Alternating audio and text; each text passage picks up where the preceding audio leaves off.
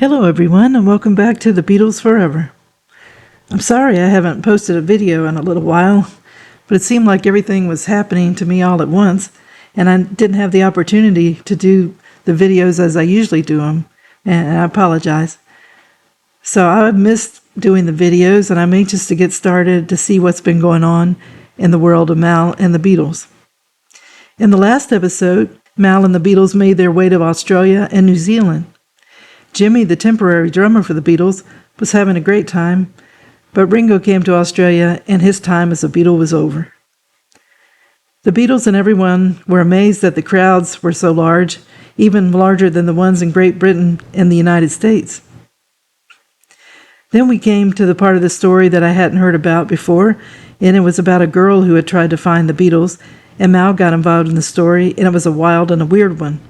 Everyone had their story, and it was from all different sides. That was interesting to learn about. So let's see what's going on today. July 1964 was a very busy time for the Beatles. The world premiere of A Hard Day's Night was slated for July the 6th, followed by a large gala event in support of the feature film on July the 10th. On that same day, the LP and A Hard Day's Night single would also see a release. On July the 5th, Mal wrote to Lily, and he mailed it to their Moseley Hill address, but Lily wasn't there. She and Gary were on a 6-week stay in Norway. One of her pen pals lived there, and they would be there for another week. Mal apologized to Lil for not writing sooner because of the world tour and the Ringo complications and the substitution of Jimmy Nicol. Mal had left her Norwegian address along with his diary and the Comer van. So Mal and Neil drove home to Liverpool for a quick visit after a lengthy tour, and with only a few miles to go, the van started to leak clutch fluid, and that meant Mal had to stay in Liverpool to get the van fixed. Neil took the train back to London in time for the premiere of A Hard Day's Night. And for the first time in months, Mal was alone, and he wrote to Lily, "The house is just a house at the moment without you and Gary, with no laughter or warmth in it at all, and I feel very miserable and sorry for myself, as you can imagine. I miss you both so. Every pretty girl I see brings your face to mine, and while I was away, there were so many little boys who looked like Gary waving to me from the crowd." Lily and Gary returned to England by ship on July the 12th and missed the chance to attend the Gala Liverpool debut of A Hard Day's Night just 2 days earlier. The event made Mal feel pride in his professional life with the Beatles. As a bonus, he appeared in the movie as an extra in the press party scene. I bet he liked that. Mal later wrote that the film premiere in Liverpool was very exciting for all of us at being honored in our own town. Not that the shouting and cheering of the thousands that lined the route to the airport to the town hall were for me, but I was very proud of my association with the Beatles. Mal was in the center of the action. He said the town hall was absolutely packed with local civic dignitaries, and in the ensuing scuffle for autographs, he wrote, "I was to lose my wristwatch." I was talking to George afterwards and complaining that there were worse than most fans and bemoaning the loss of my watch. And George, at the soonest opportunity, went out himself and bought me a new one. Paul was a little conflicted by his hometown hero status. He became aware that there was a growing feeling in Liverpool that the Beatles had forsaken the city for London, that they were no longer proud to celebrate their roots. Paul said, "We weren't really apprehensive about going back to Liverpool for the other premiere. We heard 1 or 2 rumors that people felt we betrayed them by leaving and shouldn't have gone to live in London, but there was always those detractors." That same week, Paul was the subject of a leaflet campaign that had been timed to go along with the feature film's hometown debut. Since 1963, 19-year-old Anita Cochran had been claiming that Paul was the father of her baby. When the issue came to Nim's attention, Brian provided the young Liverpudlian woman with a £5,000 cash settlement. Misrepresenting himself as Anita's irate uncle, her mother's boyfriend wasn't satisfied with Epstein's effort, and he pasted leaflets up and down the city streets claiming that Paul was a dishonorable man and a delinquent parent. As word of the leaflet spread, Mal was quietly dispatched to silence the girl's uncle while gathering up and disposing of the embarrassing leaflets. A paternity test would later reveal that Paul was not the baby's father. At this time, Mal's role in the Beatles universe was growing. He had transformed into an all-around fixer and a jack of all trades. On July the 12th, while Lily and Gary were making their way from Norway back to Liverpool, the Beatles went on a mini tour which would last until mid-August, when they were set to begin their first full-fledged North American tour. Before the trip, Mal visited a Liverpool tailor. He had Gary with him. Mal upgraded his wardrobe before the tour. He knew that Brian would be nearby, keeping his eye on him and his clothes. So when Mal went back to pick up his new clothes, he was very happy with the tailor's work. Mal wrote in his diary that Gary was not awfully impressed. The next day, Mal returned to London, where he went to the city's instrument vendors. He had Alistair Taylor with him. They went to Sound City, where they filled the Comer van with new guitar stands, guitar leads, and drumsticks, among other things that weren't so important. Mal also dropped off Paul's massive bass amp for the repairs in advance for the tour, picking it up the next day in Dartford. A few days later, prior to the band's show at Scarborough's Futuristic Theatre, he took delivery of the 2 new 100-watt Vox amps from Dick Denny, the inventor behind the pioneering portable speakers. The day after the band's final tune-up performance at Blackpool Opera House on August 16th, Mal and Derek left for North America. By the time Neil and the Beatles joined them in San Francisco, the stage was set for the group's inaugural show at the Cow Palace, a 17,000-seat arena in Daly City, California.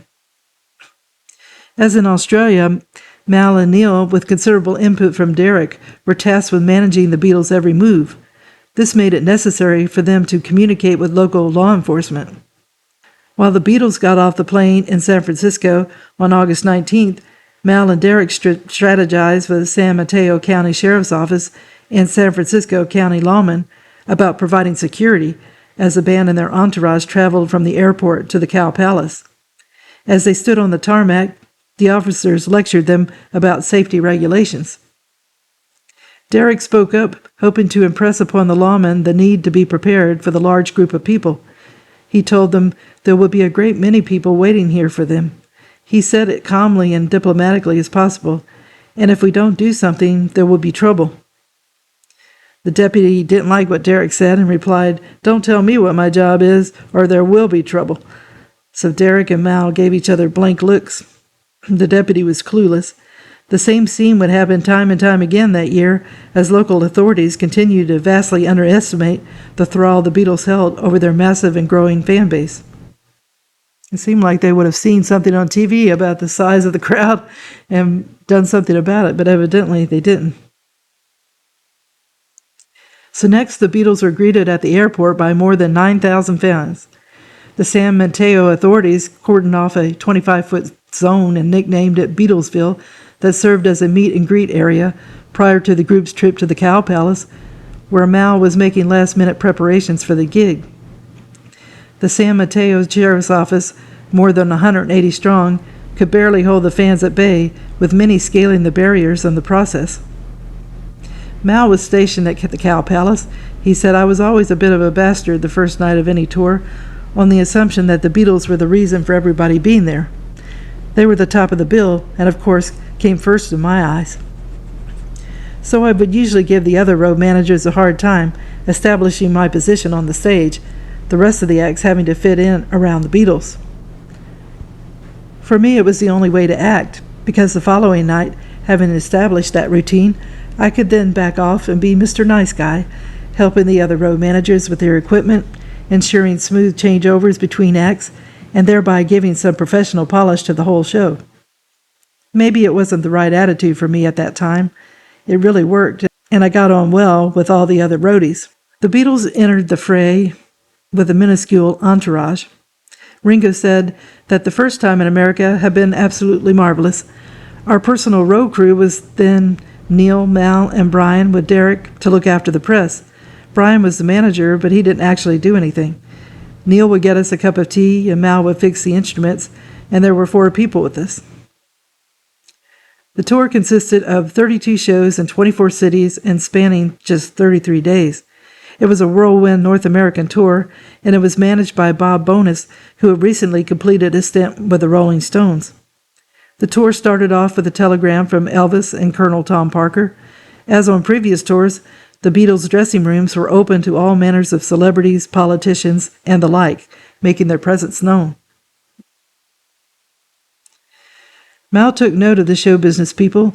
He had an autograph book at that point and was filled with signatures, mostly of musicians whom he had encountered at the Cavern and during the Beatles' 1963 Christmas shows, and it was about to get a serious workout. Mal was taken with Jackie DeShannon. He said, "She was a lovely singer and an exceptional songwriter, and I was just one of the many who came under her spell and had a crush on her." In Las Vegas, he stated, 2 very welcome backstage visitors were Liberace and Pat Boone and family, the latter bringing with him his own photograph of the Beatles for them to sign. Neil pointed out that at this point, Mal was like a celebrity in his own right, thanks to publications such as the Beatles book, which fans gobbled up month in and month out. Neil recalled it was okay for him going out in front, getting the instruments ready, dead popular. As they cheered and shouted at him, he talked to them and made jokes. He didn't have to physically fight them off once it started. The Beatles were supported on the Northern Tour by Bill Black's combo, the Exciters, the Righteous Brothers, and DeShannon. That night at the Cow Palace, the Beatles took the stage at 9:20 p.m., wearing freshly pressed dark suits.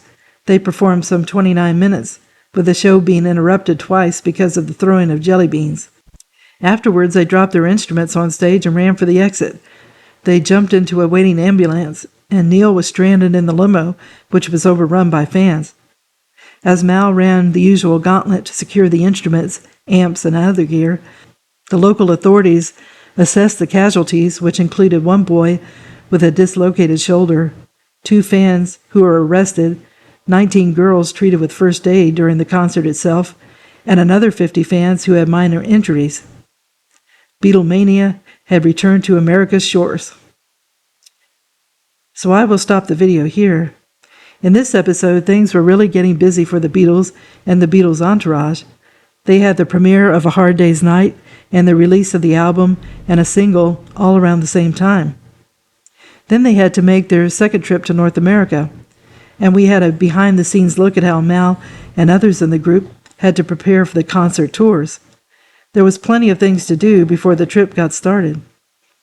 And we see Mal expanding his role in the Beatles from bodyguard to a jack-of-all-trades. He made his position known in the entourage circle, and he could be forceful, but when he claimed his position in the pecking order, he could then be, as he said, Mr. Nice Guy. Well, I hope you enjoyed the video, and if you haven't subscribed, if you could do so, it would help the channel to grow, as well as giving it a thumbs up. It's all a great help. And if you haven't clicked on the notification bell, if you could do that, it lets you know when a video is posted. I wish everyone a great day, and tune in again soon for another episode of the Beatles Forever. Thank you. Bye.